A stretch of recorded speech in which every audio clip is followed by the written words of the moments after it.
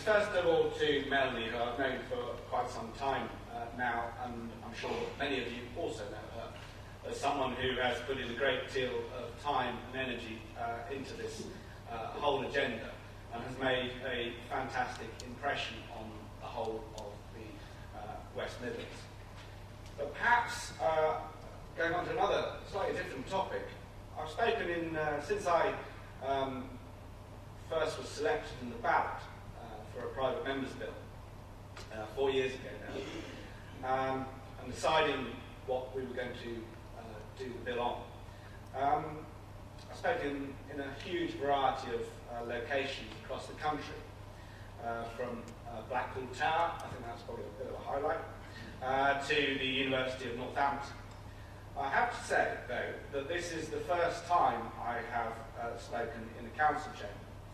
So I don't know whether that means that we finally arrived, or we are particularly lucky in having Solihull as a leader of this particular agenda.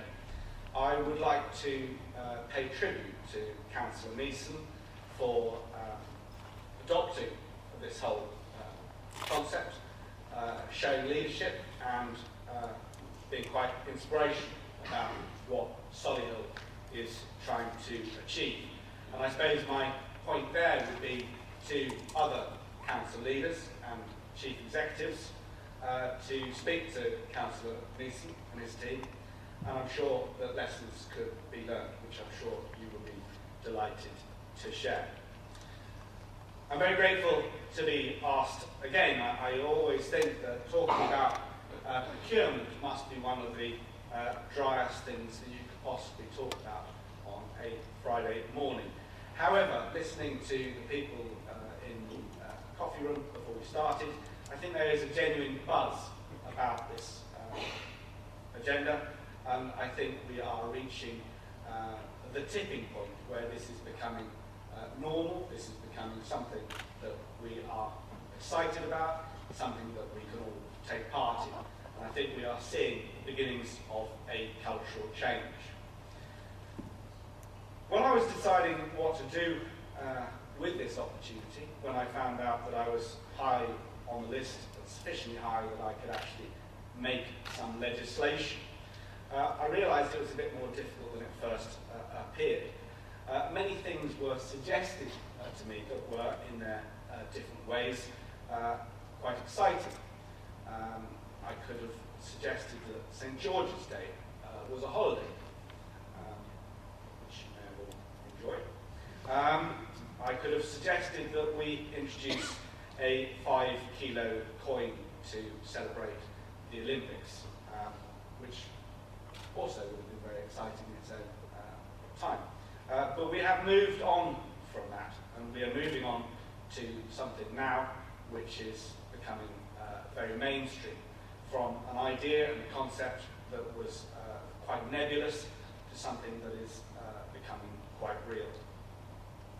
It seemed to me like a better idea to add to the statute book a valuable piece of legislation which would help promote more effective public services, not just in Warwick and Leamington, but across the country.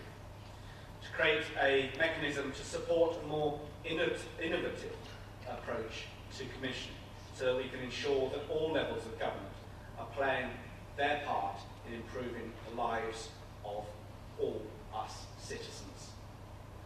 The bill and subsequently the Act have come a long way since those early days of brainstorming and head scratching. And I'm very grateful to have this opportunity to reflect on its first year of implementation. The hallmark of the legislation is the enthusiastic embrace it has received from government and the cross-party support that it has also achieved. Because without that, this piece of legislation would have been dead on the floor of the House. The Social Value Act is an important way that we can get the best out of every single pound that we spend. The government is committed to spreading knowledge and understanding of the Act, has taken various measures to achieve this. One particular initiative is the introduction of the Commissioning Academy, which I will discuss in more detail later.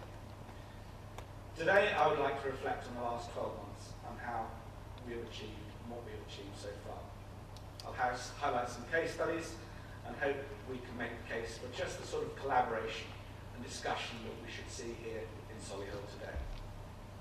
I'd also like to make some comments about what I think should be the next steps to move this forward. One of the challenges to those of us who spend your money is to look at the good practice and the innovation that is around us, speaking to peers, learning from it and implementing it differently where that is required. Despite what people thought in the early days, and perhaps what some of our, very few perhaps now, commissioners think, the Act was perhaps seen as going to be an additional burden for our commissioners and procurement officers. I do know how much paperwork and bureaucracy you already have to go through, which is doesn't help when some other fresh MP introduces yet more paperwork and bureaucracy.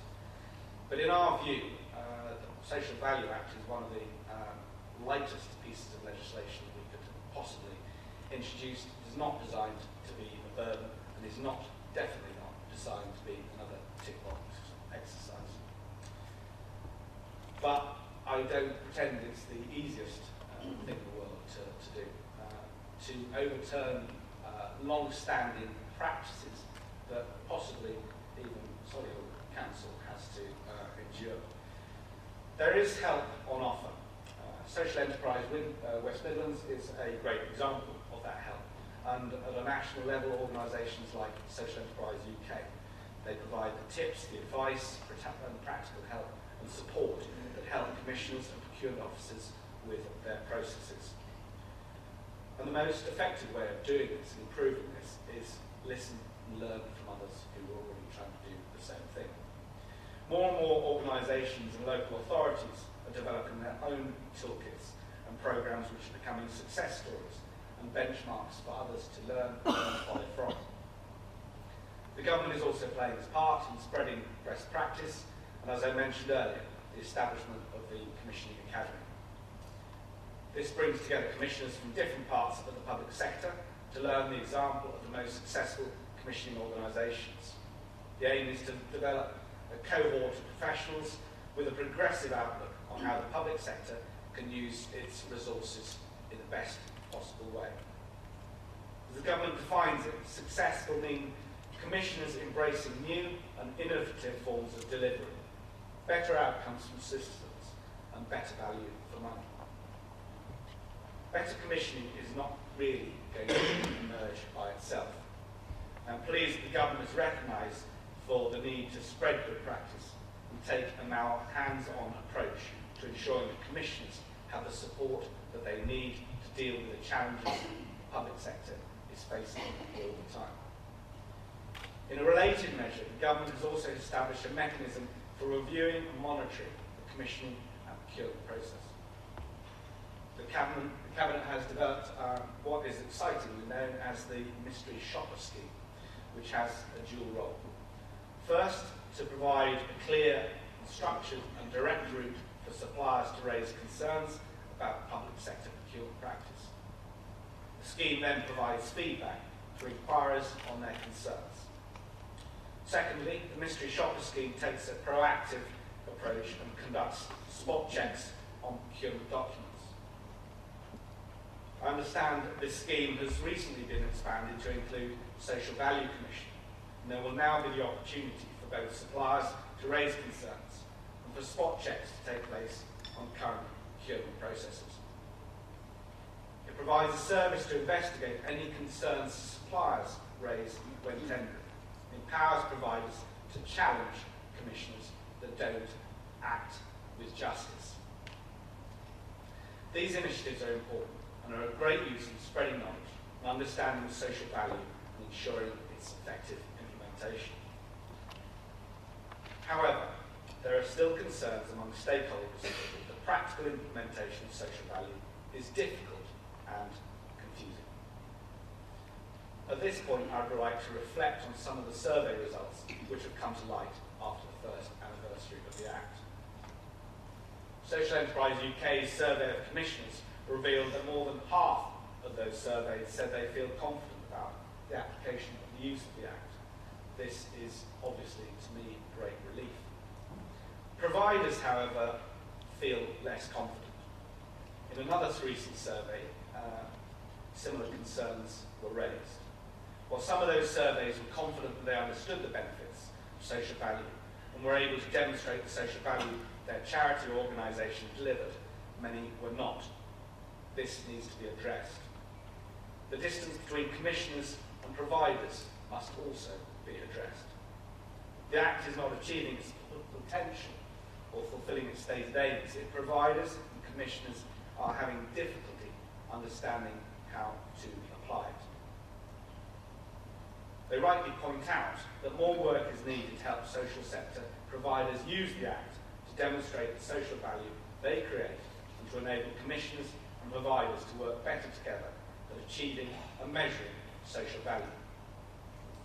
There are still barriers and misconceptions about the very title, social value. Particularly at an operational level, that its implementation is arduous and completely different from the prevailing orthodoxy that value for money equals best value. I'd like to dismantle some of those misconceptions and outline some case studies of a variety of ways in which local authorities and organisations have embedded social value into their practices and procedures. There is no one way to implement social value. Many public bodies around the UK are already taking great strides in social value-led commissioning and procurement. And may I add at this point, some were doing it a long time before I turned up. At all times, it is vital that we consider social value in a way that is relevant to the service or good that is being delivered. We should allow public bodies to be creative. We should encourage them to be creative. So they look at the way they do things, and encourage the way they always think of the additional value that they can help create for our communities. There is no one way to implement social value, and organisations that expect a top-down document setting out how social value will be delivered will be disappointed.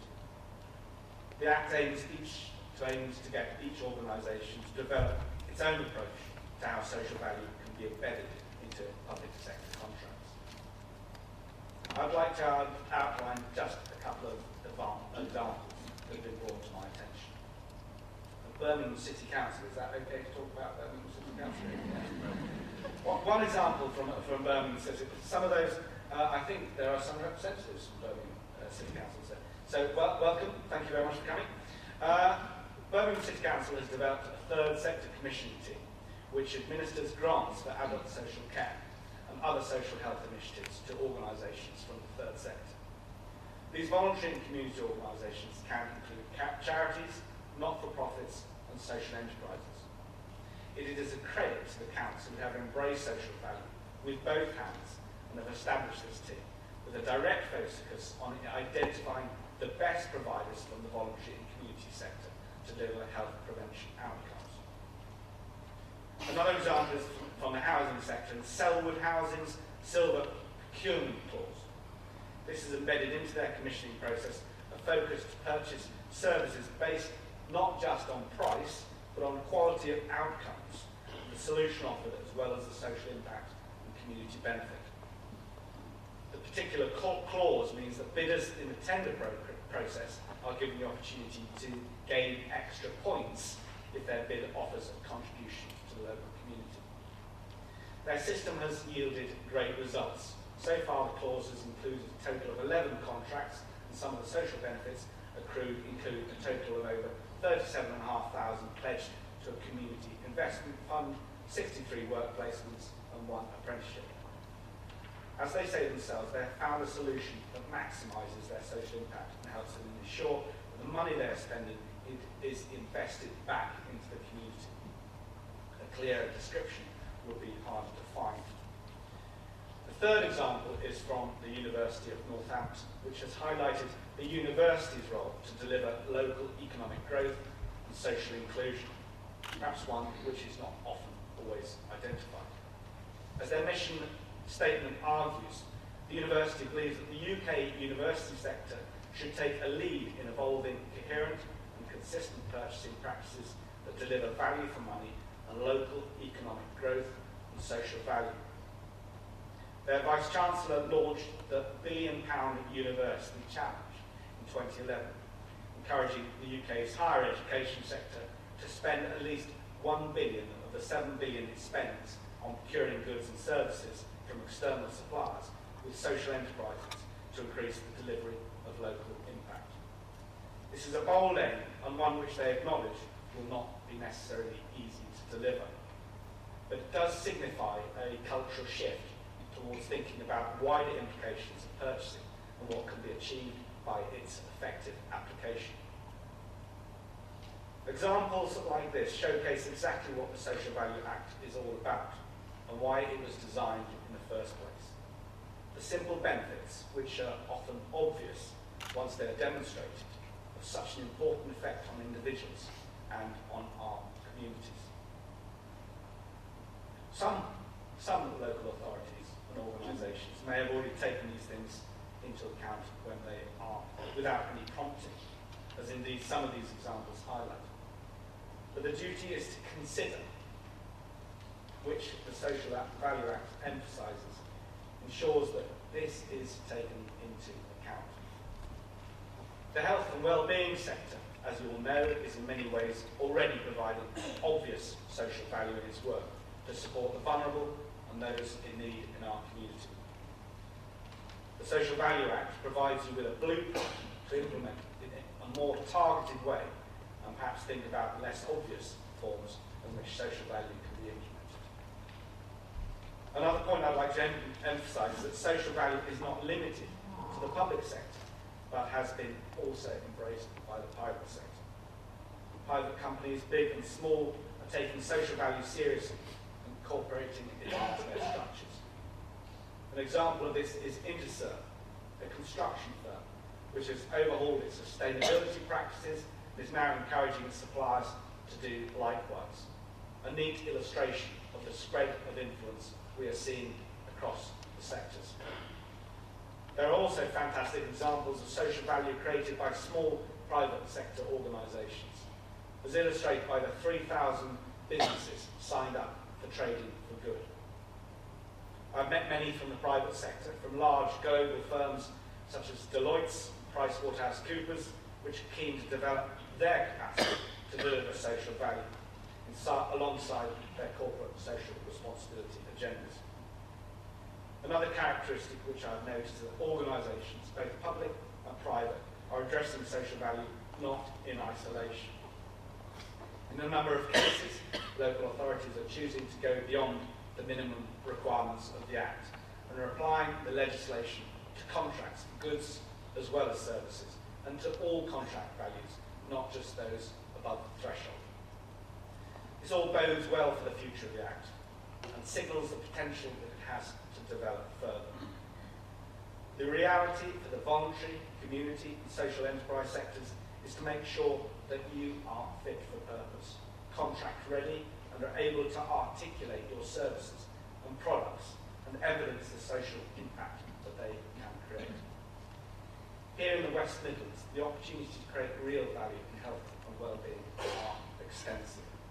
The service transformation the public sector is facing requires different and innovative methods of service delivery, which is where, again, we come back to the central theme of today's conference. Sharing best practice and expertise, forming partnerships and collaborating with each other. As Melanie has said to me on a number of occasions, it is about talking to each other and consultative commission. This can only happen if we create the space for commissioners and social enterprises to come together in conferences like this.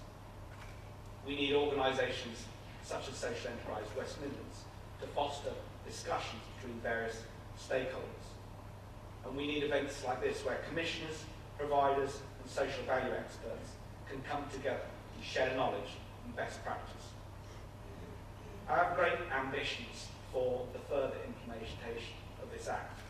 It is evident from the growth of the social enterprise sector that social value is a concept for the long term.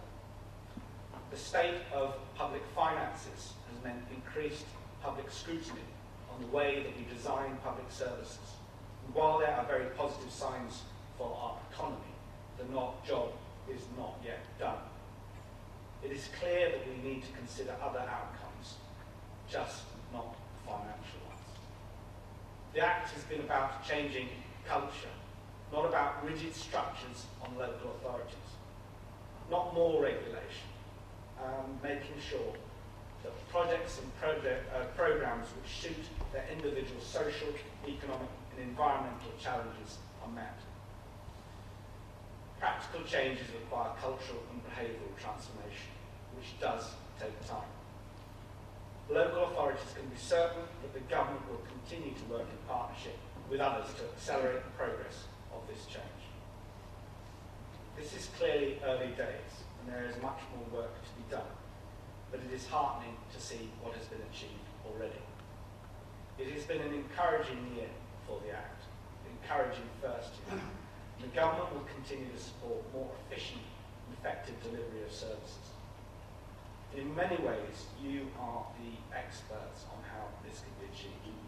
You are the one who have hands-on, day in, day out, great experience of tendering and bidding for contracts. I hope that today's conference adds to your knowledge and you will go away more positive than when you arrived. Melanie says that 200 people signed up for today's conference.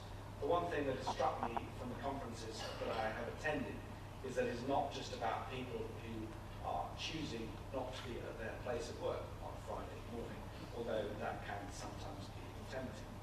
It is about people who want to continue this agenda when they're not at the conference. I think it would be wrong of me not to encourage everyone in the audience sometime during the day to visit the stand of Entrust, which is a fantastic social enterprise based in my constituency. Ladies and gentlemen, thank you very much.